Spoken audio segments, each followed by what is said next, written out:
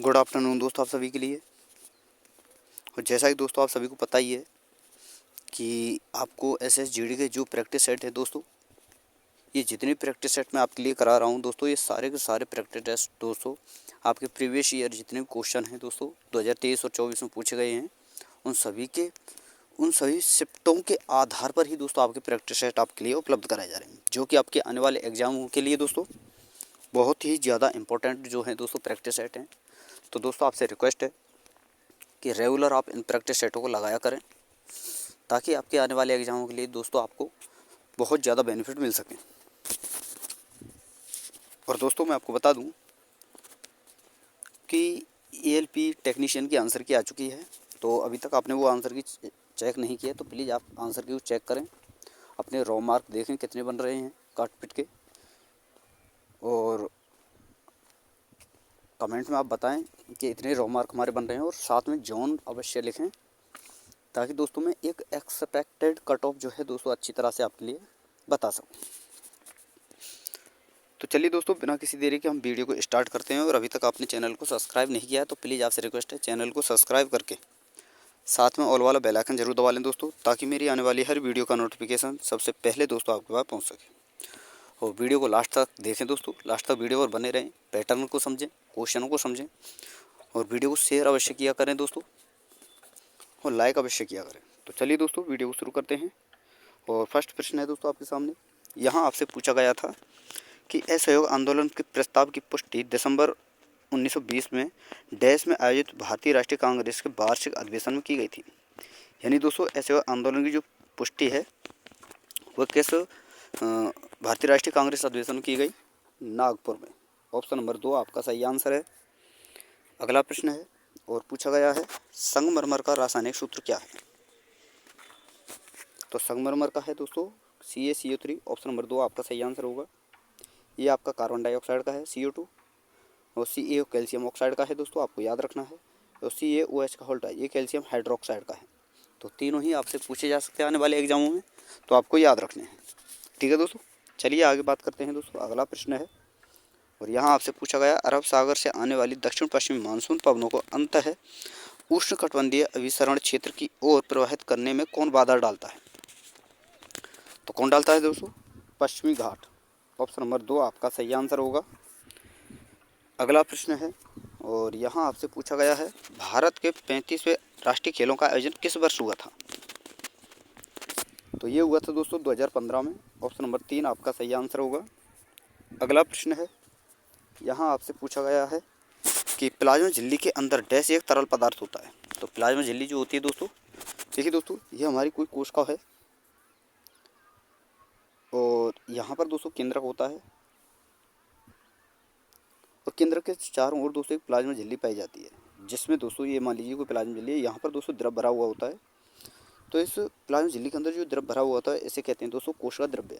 Option number 2 आपका सही answer होगा। अगला प्रश्न है पूछा गया है निम्नलिखित में से किस नर्तक ने 2004 में संगीत नाटक अकादमी पुरस्कार जीता था? तो ये जीता था दोस्तों जतिन गोस्वामी ने। ऑप्शन नंबर 4 आपका सही आंसर होगा। अगला प्रश्न है और यहाँ आपसे पूछा गया है कि विश्व का सबसे बड़ा लोकतंत्र कौन सा है? तो यह है दोस्तों भारत। ऑप्शन नंबर 3 आंसर आपका सही होगा। अगला प्रश्न है और यहाँ आपसे पूछा गया है कि जुलाई 2022 में महाराष्ट्र राज्य विधानसभा के इतिहास में सबसे कम आयु के स्पीकर कौन बने? तो ये बने थे दोस्तों राहुल नार्वेकर। ऑप्शन नंबर 4 आपका सही आंसर होगा। अगला प्रश्न है यहाँ आपसे पूछा गया है करागा डैश के सबसे पुराने त्योहारों में से एक है, यह देवी शक्ति के सम्मान में मनाया जाता है। तो करागा जो है दोस्तों कर्नाटक का एक सबसे पुराना त्यौहार है, तो आपको याद रखना है कैसे करागा कैसे कर्नाटक। तो ऑप्शन नंबर 4 आपका सही आंसर होगा। अगला प्रश्न है दोस्तों पूछा गया है छठी पंचवर्षीय योजना के अनुसार लक्षित आर्थिक विकास दर क्या थी? तो ये थी दोस्तों 5.2%। ऑप्शन नंबर 3 आपका सही आंसर होगा। और दोस्तों वीडियो अगर आपको पसंद आ रही है तो प्लीज़ आपसे रिक्वेस्ट है दोस्तों वीडियो को लाइक करते चलें, शेयर करते चलें, और अभी तक आपने चैनल को सब्सक्राइब नहीं किया है तो प्लीज़ आपसे रिक्वेस्ट है दोस्तों चैनल को सब्सक्राइब जरूर कर लें दोस्तों, और साथ में ऑल वाला बेल आइकन जरूर दबा लें दोस्तों, ताकि मेरी आने वाली हर वीडियो का नोटिफिकेशन सबसे पहले दोस्तों आपके पास पहुंच सके। और वीडियो को दोस्तों लाइक अवश्य करें, शेयर करें। और दोस्तों मैंने जो आपको बताया है एएलपी के आंसर के बारे में, वो काम आप अवश्य करें। रो मार्क कमेंट में बताएं और जॉन अपना बताएं। तो दोस्तों इसमें आपसे पूछा गया है, डैश संगठित क्षेत्र में कताई और बुनाई को छोड़कर संपूर्ण वस्त्र मूल्य श्रृंखला में कौशल विकास और प्लेसमेंट उन्मुख प्रशिक्षण प्रदान करने का प्रायोजन रखता है। तो आपका दोस्तों समर्थन योजना है, समर्थ योजना है। ये जो है दोस्तों आपके कटाई और बुनाई को छोड़कर संपूर्ण वस्त्र मूल्य श्रृंखला में जो है कौशल विकास और प्लेसमेंट उन्मूलन प्रशिक्षण प्रदान करने का प्रायोजन रखता है। ऑप्शन नंबर 2 आपका सही आंसर होगा। अगला प्रश्न है, पूछा गया है, यदि सार्वजनिक ऋण से भविष्य में निर्गत में वृद्धि डैश होती है तो यह एक प्रकार का क्या है दोस्तों, किस प्रकार का बोझ है? कम बोझ है। तो ऑप्शन नंबर 1 आपका सही आंसर होगा। अगला प्रश्न है, यहाँ आपसे पूछा गया है, निम्नलिखित में से डैश एक खाद्य फसल है।